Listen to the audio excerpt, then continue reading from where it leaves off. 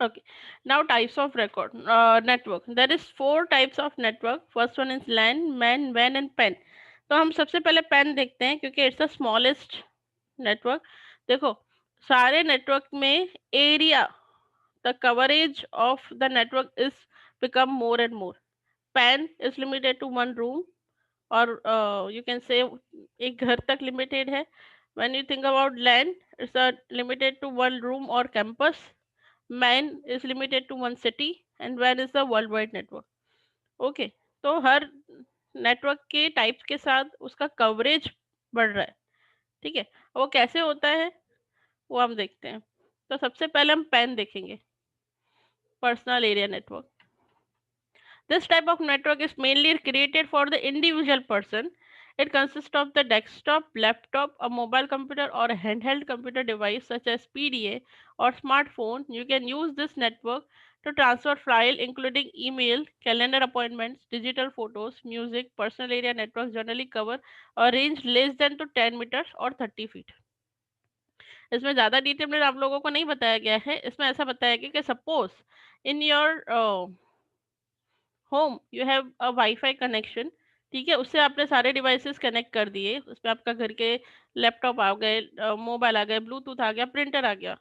Okay, और आप उसको इंटरमीडिएट अगर उन्हीं डिवाइसेस के बीच में आप अगर डेटा ट्रांसफर करते हो, it means you are creating a personal area network. Clear? It is limited to 10 meters. Now इससे थोड़ा बड़ा होता है LAN. Local area network is used when two or more computers or peripheral devices connected within the small area, like room, office building, or a campus. The maximum range of LAN can be 10 kilometers. The number of computers in a LAN varies from 2 to 1000. The hardware as well as the software resources are shared through the LAN. अब LAN का best example आपको तो हम आपकी school की lab में ही दिख जाएगा. It contains the computers which is connected with each other with the LAN. और उसमें कुछ कंप्यूटर्स लैब के भी कनेक्टेड है, एडमिन के भी कनेक्टेड है, और पीछे वाली बिल्डिंग के भी लैन के थ्रू कनेक्टेड है. ठीक है, तो can we say that it includes the area of building.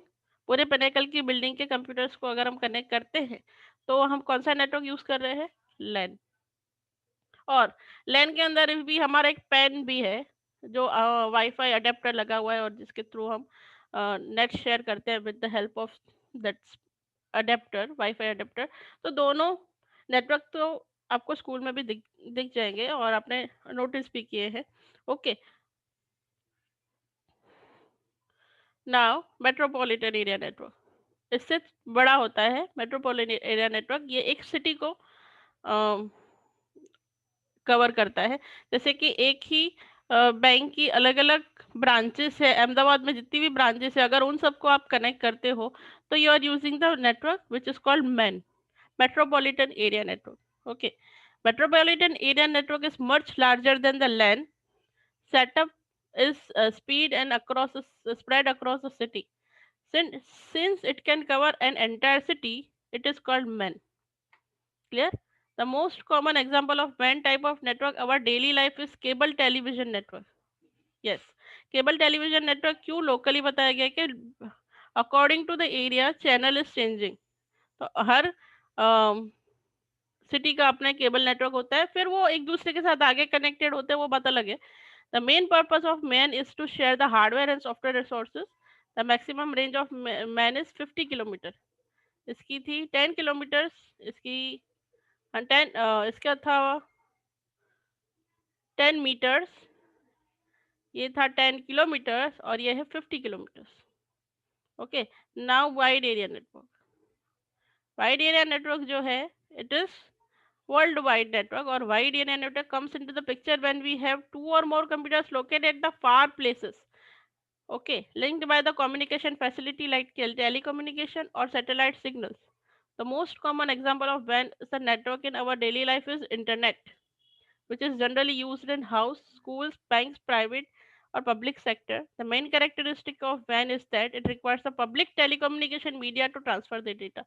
बहुत अच्छी बात बताई है. अब अभी मैं आप लोगों को इस सब का डिफरेंस बता दी हूँ. देखो, पैन लैन मैन तक आप वायर सेटिंग, वायर्ड कम्युनिकेशन और राउटर्स के थ्रू कर सकते हो। But think about the wide area network which covers the whole world और अ कंट्री और कॉन्टिनेंट। ठीक है, तब आपको पब्लिक कम्युनिकेशन पे जाना ही पड़ेगा और आपको पब्लिक नेटवर्क यूज करने ही पड़ेंगे। ठीक है, जैसे कि सपोज इंटरनेट का एग्जांपल यहाँ पे क्यों दिया गया है कि internet is one type of network विच जिसकी कवरेज पूरा वर्ल्ड है, पर वो नेटवर्क सेटअप करने के लिए अंदर छोटे छोटे नेटवर्क तो हैं। इंटरनेट का जब आप सोचते हो, when you think about the internet, it can it it has so many servers, so many nodes, so many, मतलब बहुत सारी चीजें उसके अंदर है। तो वाइड एरिया नेटवर्क छोटे छोटे नेटवर्क के मिक्स करके बनता है। ठीक है, तो this is the complete different thing, और internet is the best example of wide area network because आप इसका कहीं भी एक्सेस कर सकते हो। आप कहीं भी बैठ के किसी भी कंट्री में आप अपना डेटा शेयर कर सकते हो। तो this is the example of वैन। Clear? Now it's very important topic, network components. Network setup करना है तो उन सब चीज के लिए हमें क्या क्या चाहिए। तो यहाँ पे हम क्लाइंट सर्वर आर्किटेक्चर को माइंड में रखते हैं कि एक सर्वर है और बहुत सारे क्लाइंट है और उन क्लाइंट को सर्वर को एक्सेस करना है। क्लियर? तो हमें सबसे पहले नेटवर्क कंपोनेंट में क्या चाहिए, एक सर्वर। सर्वर क्या होता है पहले तो ये समझो। सर्वर कोई ऐसा एक्स्ट्रा ऑर्डिनरी चीज नहीं होती, सर्वर भी एक कंप्यूटर होता है।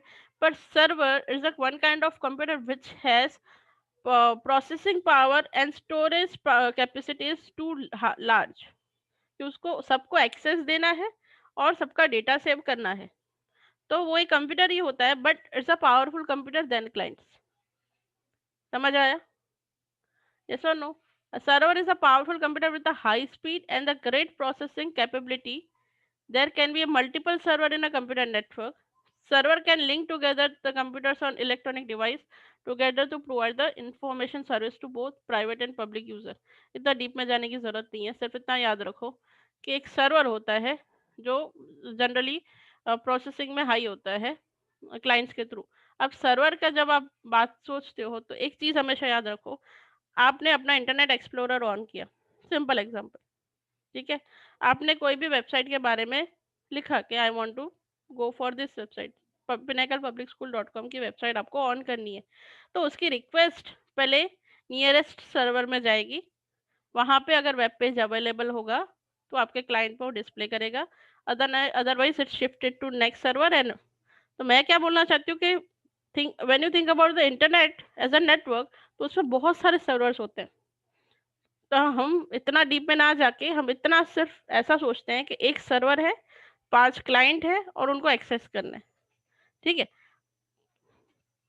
सर्वर आपको समझ में आ गया कि सर्वर एक कंप्यूटर ही होता है जो आपके रिक्वेस्ट को एक्सेप्ट करता है और जो हाई स्पीड वर्क कर सकता है। Now think about the client.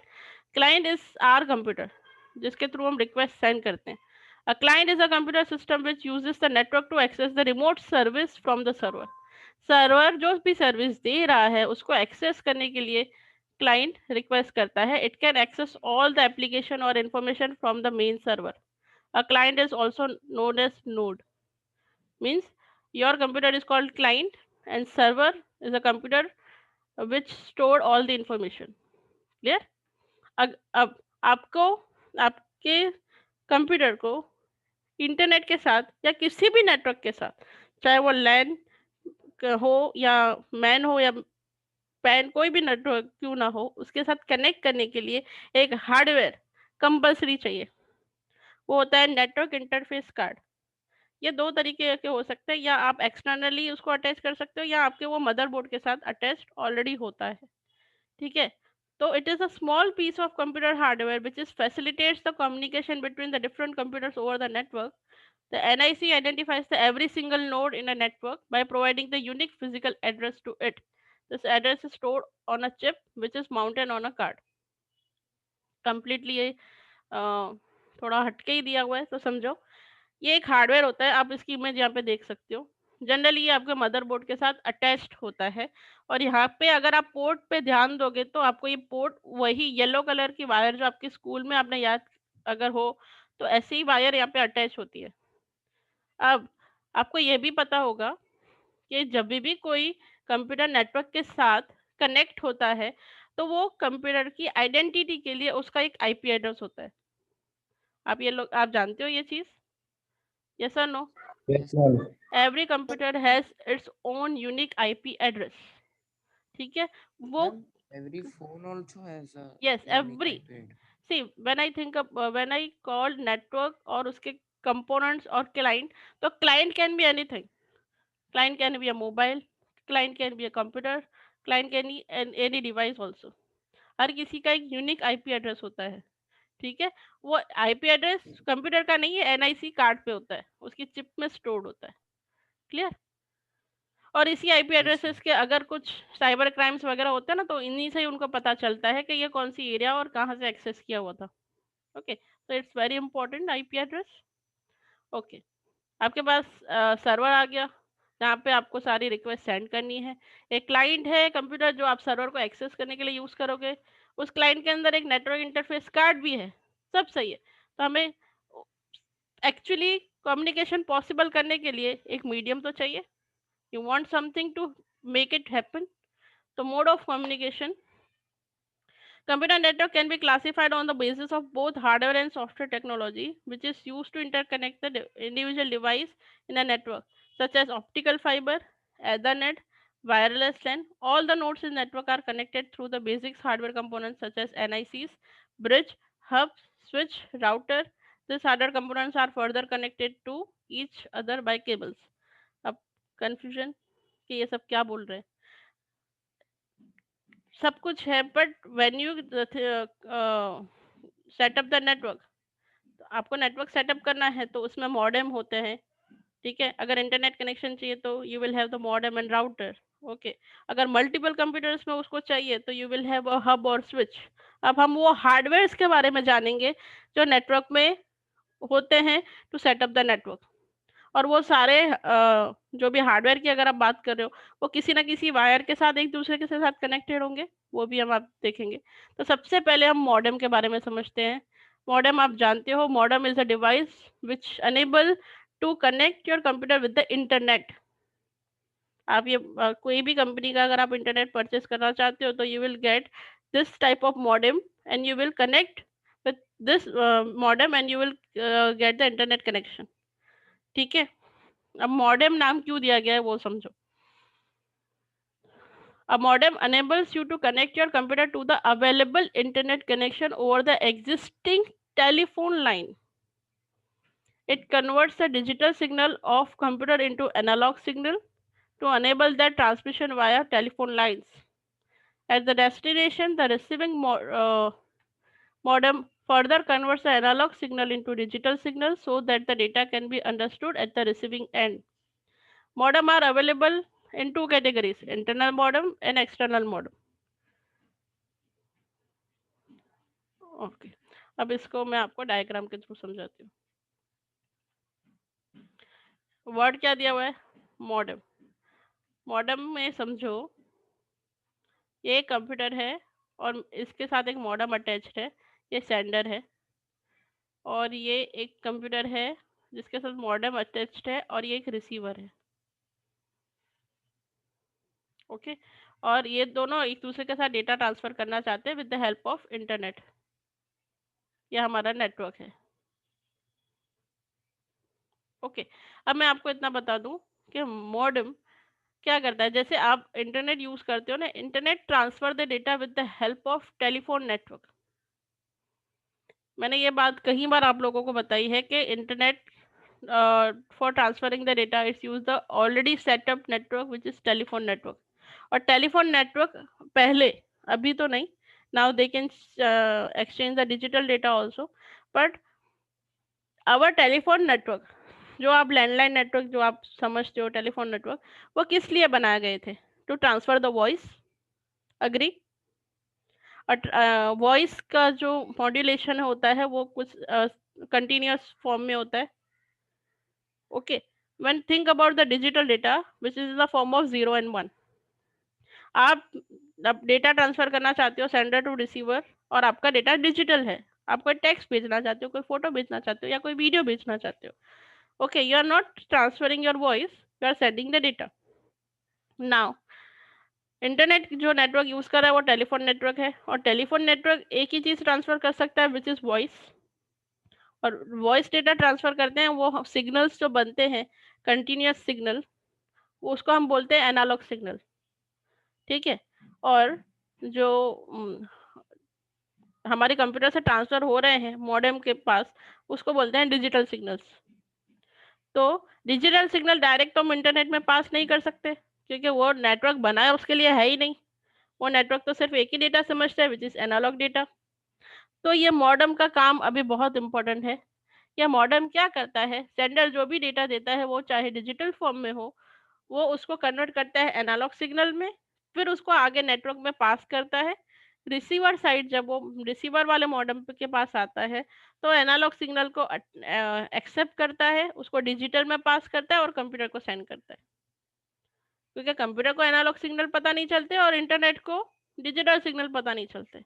तो मॉडेम का यहाँ पे काम आता है कि it accepts the sender side, it accepts the digital data and convert to analog, और receiver side accept करेगा analog and convert करेगा digital form में। Understood? Clear this Yes, concept? ma'am. Okay, ये था मॉडेम। चलो इंटरनेट कनेक्शन भी आ गया। अब मुझे इंटरनेट कनेक्शन मल्टीपल कंप्यूटर्स में चाहिए, तो मुझे एक मीडिएटर चाहिए होगा। तो हम अब जो डायग्राम बनाएंगे वो कुछ ऐसी बनेगी। एक मिनट, मैं इसको ड्रॉप कर दूं।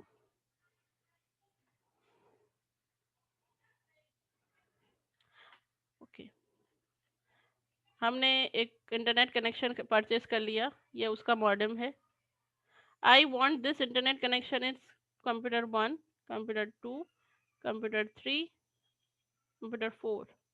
अब इसमें ऐसे ही पोर्ट अवेलेबल नहीं होते हैं कि ये चारों पोर्ट इसमें कनेक्ट हो, तो हम क्या करेंगे, हम एक मीडिएटर डाल देंगे बीच में, वो होगा हब या तो होगा स्विच, ठीक है। इन सब इनमें पोर्ट अवेलेबल होते हैं, इनमें हम चारों को कनेक्ट कर देंगे, और इसमें से सिर्फ एक वायर निकलती है, वो हम कनेक्ट करेंगे मॉडेम में। तो इंटरनेट कनेक्शन एक ही है, but it is shared with the help of hub and switch with the 4 computers, ठीक है। तो हब और स्विच का काम क्या है, let's see that. Now think about hub. Hub is a network Hub is a networking device that is used to connect the multiple computers or computing device directly to the network using cables. Each connection is called port.